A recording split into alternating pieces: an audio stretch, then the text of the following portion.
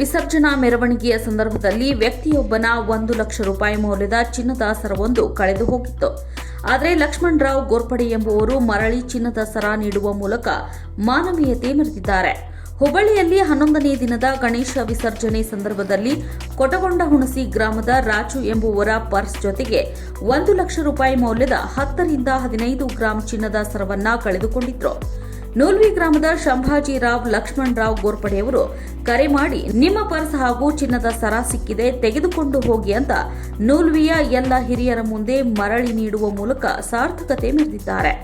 ಈ ವೇಳೆ ನೂಲ್ವಿ ಗ್ರಾಮದ ಮುಖಂಡರಾದ ಅಣ್ಣಾರಾವ್ ಕದಂಬ, ನೇಮನಗೌಡ್ರ ಪಾಟೀಲ್, ಶಂಕರಗೌಡ್ರ ಮುನ್ನಣ್ಣವರ, ಗದಿಗೆಪ್ಪ ಜಿಡ್ಡಿ, ವೀರನಗೌಡ್ರ ಸಂಕನಗೌಡ್ರ, ಶಿವಾನಂದ ಸ್ವಾಮೀಜಿ, ನಿಂಗನಗೌಡ್ರ ಹೊಸಮನಿ ಸೇರಿದಂತೆ ಇತರರು ಉಪಸ್ಥಿತರಿದ್ದರು.